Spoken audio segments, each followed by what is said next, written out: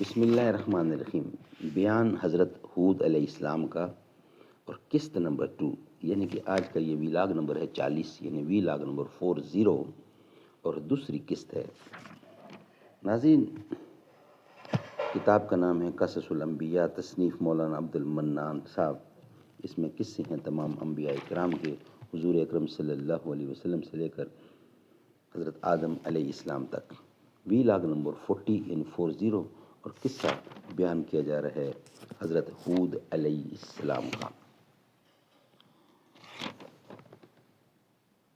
اے میری قوم، اپنے گناہ بخشو اپنے رب سے اور پھر اسے اور پھر اپنے کو رجوع کرو اسی کی طرف تاکہ تم پر چھوڑ دے آسمان سے دہاریں اور زیادہ سے زیادہ تم کو دے، اور نہ پھر جو تم گناہ گار ہو کر کافروں نے کہا کہ ہم توبہ نہیں کریں گے اور نہ ہم تم کو اس کا رسول تسلیم کریں گے۔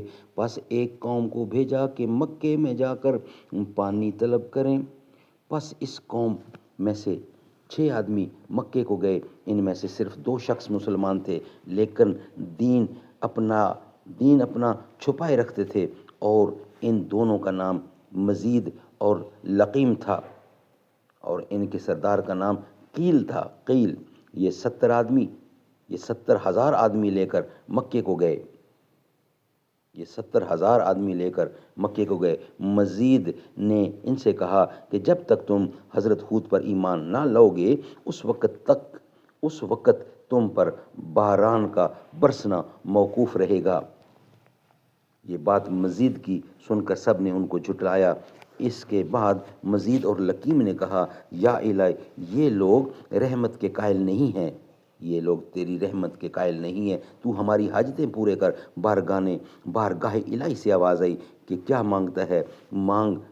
مانگ مزید نے کہا، یا الہی، میں تا قیامت دنیا میں بھوکا نہ رہوں گا۔ حکم ہوا کہ میں نے تیری یہ حاجت قبول کر لی۔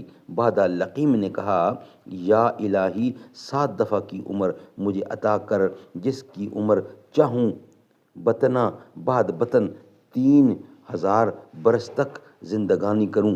حکم ہوا میں نے تجھے بخشی۔ اور قیل نے کہا کہ خدا بندہ، کوئی ہماری قوم میں بیمار نہیں ہوا کہ تجھ سے شفا چاہتا ہو، اور نہ کسی مشکل میں پڑا ہو کہ تجھ سے یاری مانگوں، مگر پانی مانگتا ہو واسطے قوم عاد کے۔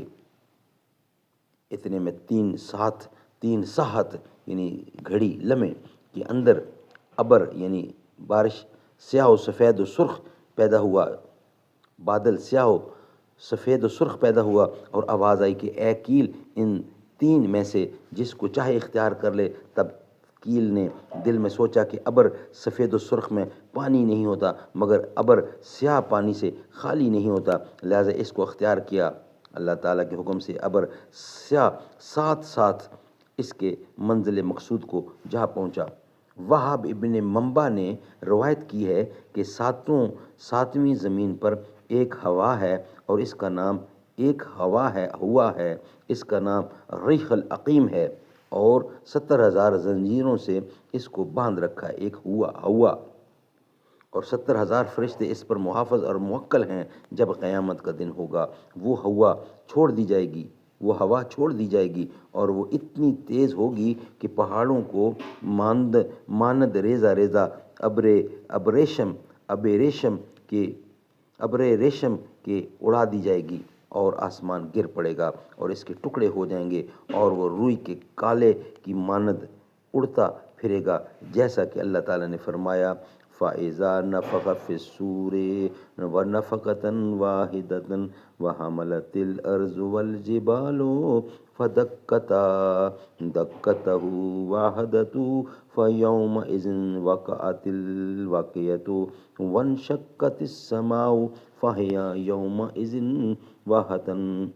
پھر جب پھونکیں گے نرسنگے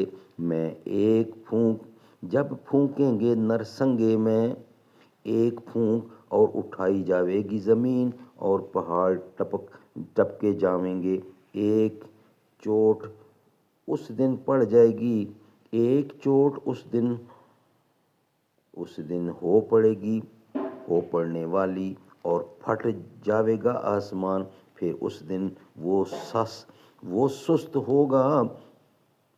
حکم ہوا کہ اے فرشتو، حکم ہوا کہ اے فرشتو، وہ ہوا قوم عاد پر کچھ دیر کے واسطے چھوڑ دو۔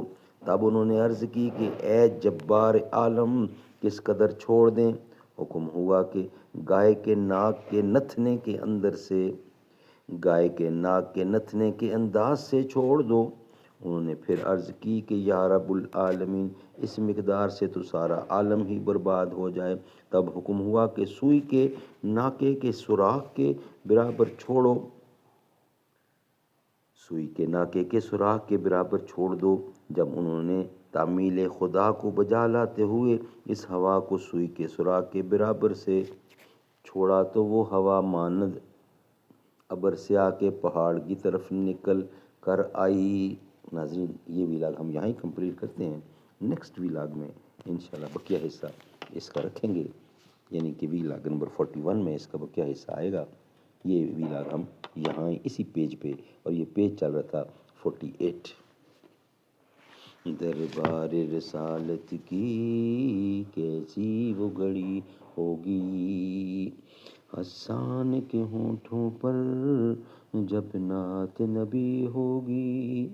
ابو بکر عمر ہوں گے، عثمان و علی ہوں گے، حسنین کے نانا کی کیا بزم سجی ہوگی۔